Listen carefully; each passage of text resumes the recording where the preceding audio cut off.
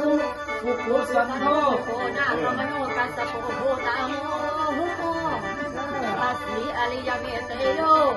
วันเจนอพุทโธจงมาพบมาบังจงมากันมาเลื่อมจงมากันมาเลื่อมยังลำลอง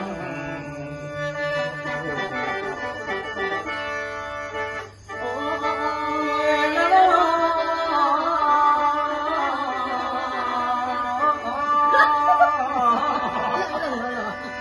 พระคุณ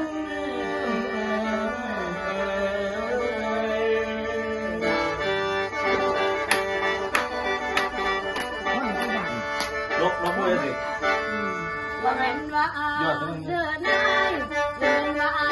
เดินนายเดินน้องพาเราว่าวันพาเราหาคุณครูตาการ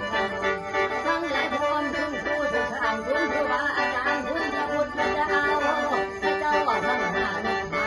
คุณเป็นตาคุณแม่ธรณีคุณเป็นตาคุณแม่ธรณีคุณอภิวโยธาคุณพอนั้นเด้อของนาสุธามสุธามยามรำร้องเอวรักนังในแก้วของเป็นเมืองเงาคุณพระเจ้าเอกหน้าตัวบนกันโมสังโฆนำบังจำทั้งคุณเจ้าอินทร์ยมราชที่สูงพุทธน้ำยังทำใจโซ่คุณดูหัวนักปราชญ์บัณฑิตคุณดูหัวนักปราชญ์บัณฑิตให้ประสิทธิ์ท่านไทยเรื่องใหญ่ลำหลวงคุณในห้องโลกาได้เลยทั้งคุณพ่อคุณแม่ให้คุณทักลูกเจ้าพวกเราลำเลีย มึงมาที่เลขที่เลยเ